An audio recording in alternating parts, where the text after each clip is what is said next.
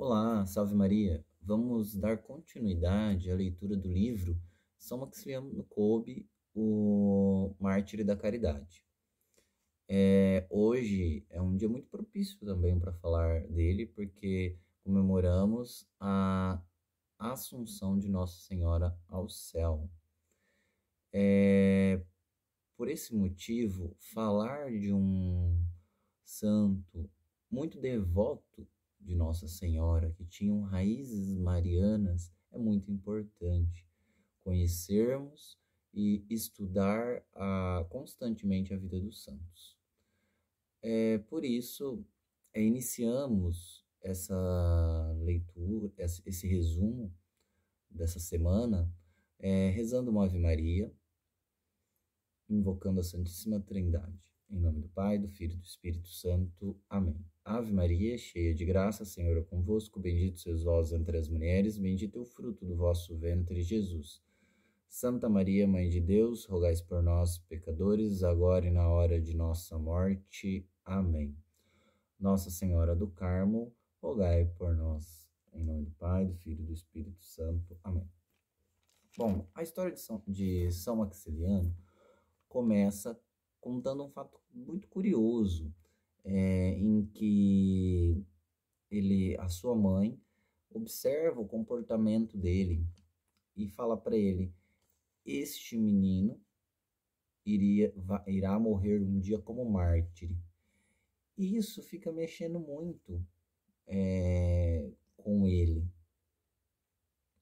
E essa advertência, da forma que ela fala com ele, muda o interior dele e ele começa a rezar cada vez mais de forma piedosa, com lágrimas nos olhos. E a mãe, assim, sempre muito preocupada nessa mudança de postura na vida de oração. E ela queria saber, assim, por que você está rezando tanto, assim, dessa forma, tão piedosa? E ele responde para a mãe, falando assim que eu comecei a rezar assim depois que a senhora me disse que dessa forma eu iria morrer mártir. E isso mexeu comigo. E aí eu rezei tanto na igreja que Nossa Senhora apareceu para mim. E ela me propôs duas coroas, uma coroa branca e uma coroa vermelha. E ela explicou que a coroa branca simbolizava a pureza e a coroa vermelha o martírio, o derramamento de sangue em defesa da fé. E aí, mãe, eu escolhi as duas coroas. E a partir daí começa a missão de, deste menino, de Maximiliano, São Maximiliano Kolbe, que até então ele era um menino, o nome dele era Raimundo. Isso mais para frente, quando entrou no noviciado, ele foi escolher esse nome, né? E assim, quando ele ia na igreja com os pais, depois de ter compenetrado nessa espiritualidade mariana, ele sempre olhava para os pais como se eles estivessem, como que eles fossem São José e Maria e a Santíssima Virgem. Então, assim, olha o olhar de santidade que ele tinha. Ele tinha uma admiração profunda com os pais. Os pais eram exemplos para ele, porque eram católicos fervorosos, eram católicos que defendiam a fé. E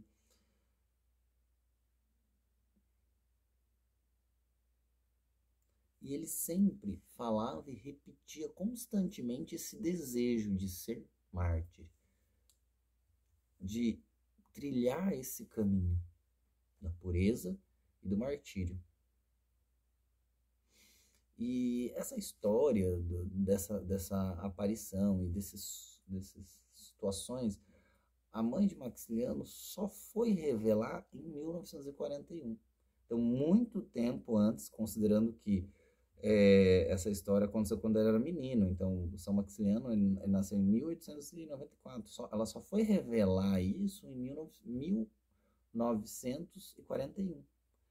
Então, assim, ela guardou isso para ela. Então, assim, ela só revelou quando, de fato, os fatos começaram a ser realizados. Né, o que foi profetizado na vida dele começou realmente a acontecer. E ela revelou essa história. E assim, muitos admiravam Raimundo pelos seus atos heróicos. Ele tinha algo assim que chamava atenção nessa questão assim de disciplina, né? Nesse aspecto de espiritualidade, porque era uma criança muito boa. E ele nasceu na Polônia, em Ola, em 1894, como eu tinha comentado anteriormente, e ele não era um filho único. Ele tinha mais 4 irmãos, e um deles veio a falecer quando eles eram muito novos. Os pais deles trabalhavam como tecelões na Polônia. A Polônia era dominada pela Rússia. Então a Polônia não era um estado livre, um país livre. E, consequentemente, a cultura russa era imposta nas escolas e na sociedade polonesa. No entanto, os coubes, eles lutavam contra a cultura russa, principalmente também no aspecto religioso, por conta que os russos são ortodoxos, e eles tinham esse entendimento do cisma russo, e eles se apegavam fortemente na identidade polonesa, bem como num outro aspecto que era a religião. Então eles eram católicos, fervorosos, que defendiam a fé, que defendiam o seu país. E eles não tinham medo. Eles tinham um fervor muito grande à Virgem Maria. A Virgem Maria era vista na Polônia como a rainha da Polônia. Então eles tinham esse traço mariano muito forte. E provavelmente esse traço forte veio influenciar diretamente no comportamento também de Raimundo e dos filhos. E o Raimundo, ele sempre gostava muito de brincar também. Ele era uma criança comum, como as outras. Só que ele tinha essa sensibilidade para o aspecto espiritual. E ele tinha uma certa sinceridade no relacionamento com Deus. Ele sempre buscava elevar a alma dele a Deus, mesmo quando criança.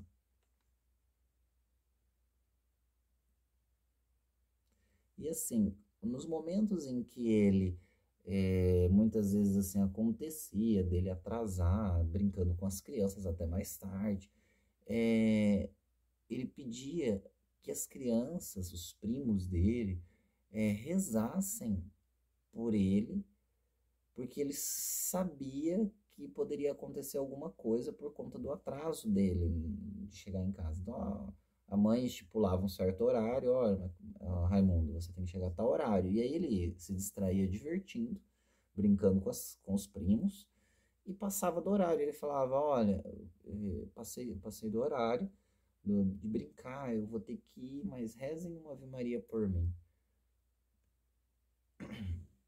Então você via a compenetração que esse menino tinha e o fervor que ele tinha também a Nossa Senhora.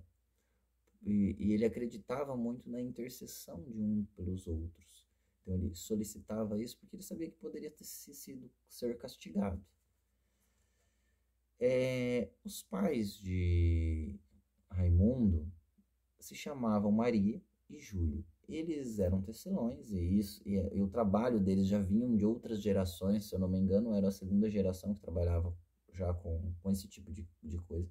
E eles acreditavam e olhavam para o aspecto do dinheiro, das posses, como algo que poderia ser um obstáculo na vida espiritual.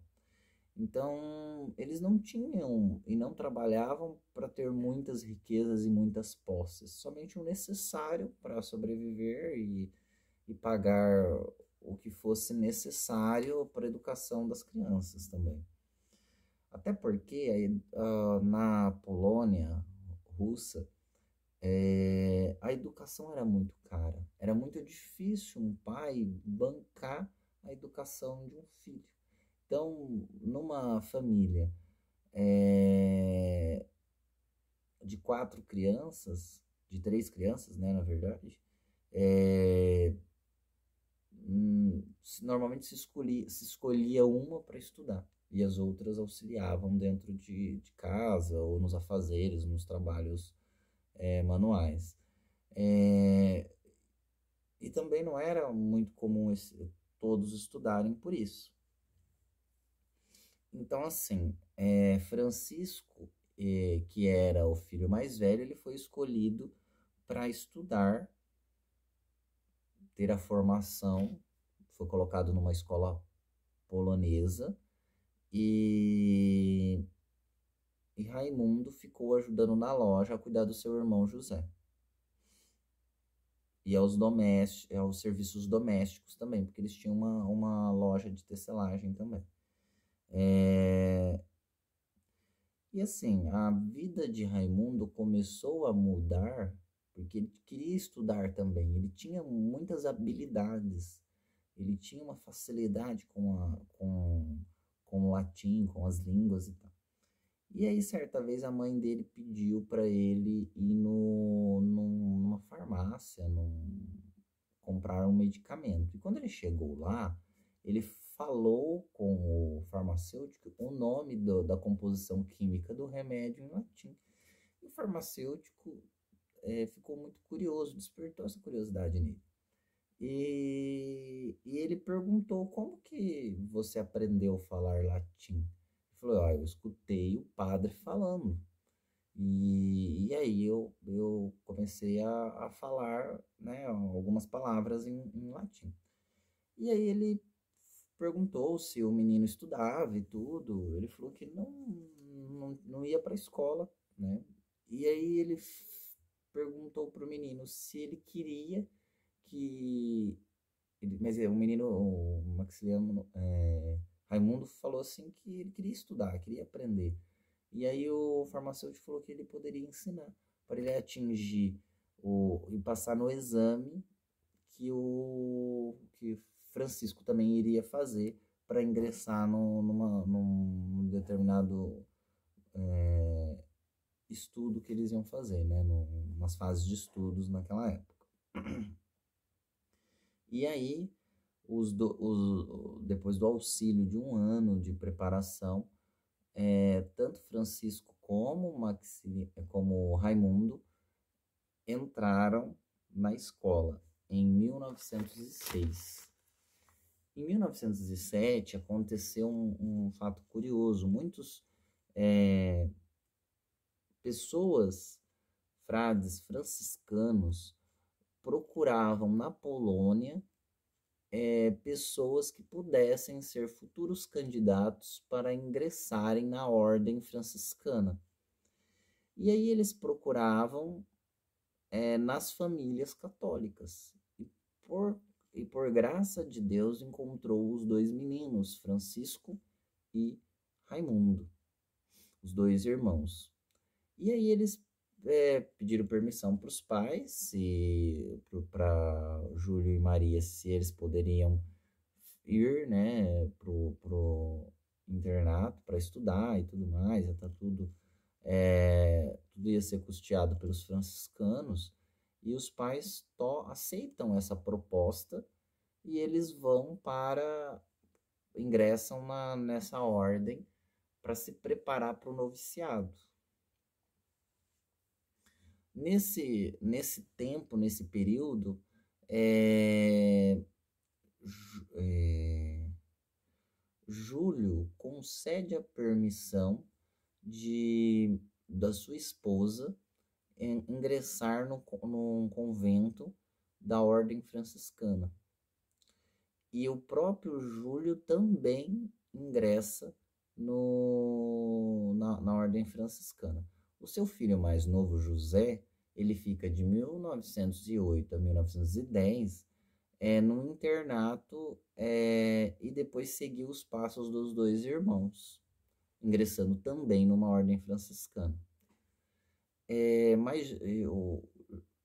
No entanto, Júlio, ao contrário da esposa, ele não ficou muito tempo no convento e resolveu sair, mas ele cumpriu o voto de castidade. Ele saiu do convento e abriu uma loja, e depois ele ajudou na Primeira Guerra Mundial. E ele acabou sendo prisioneiro e executado como traidor pelo czar. Mas o que a gente pode observar é que essa divisão da família não aconteceu porque eles não eram unidos. Pelo contrário, os Kolbs eram muito unidos. Era uma família religiosa e muito patriota. E assim, os meninos sempre foram muito obedientes. Então, o principal motivo dessa separação foi por causa que as crianças foram para o convento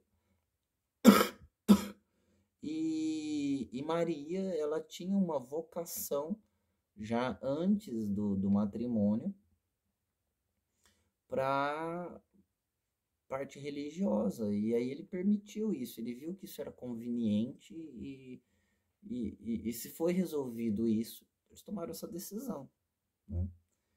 E aí a gente conclui essa história, esse aspecto introdutório da vida, do início da vida de São Maximiliano Kolbe, e iniciamos agora uma fase em que ele começa a ser introduzido nos estudos. E a gente pode ver que nesse capítulo 2 relata pontos de como foi sua relação com colegas e como que ele era dedicado às áreas exatas, como, por exemplo, matemática e até mesmo ciência. E ele sempre gostava muito de ajudar os seus amigos que tinham dificuldades. Ele via que uma pessoa da idade dele, né, que estudava com ele tinha dificuldade, ele ia lá e auxiliava. Ele sempre tinha essa disposição, essa coragem de estar disposto a auxiliar quem precisasse. Ele tinha uma imaginação e um olhar, assim, para as coisas da área de estudo, muito além de seu tempo. Em um certo momento, conversando com um colega, ele se entusiasmou e imaginou certas situações que só foram ocorrer atualmente, que foi, por exemplo, em 1910, ele imaginou que poderia se construir um foguete para chegar à Lua e isso seria uma façanha para a humanidade. E ninguém comentava sobre isso ou algo parecido. E ele já imaginava situações disso, e como sabemos na história, isso foi acontecer mais recente, logo após a Segunda Guerra Mundial.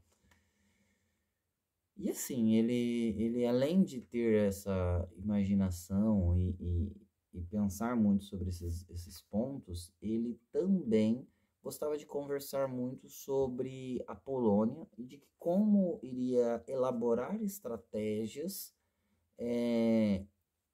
para libertar uma cidade muito específica, que era Leopólis.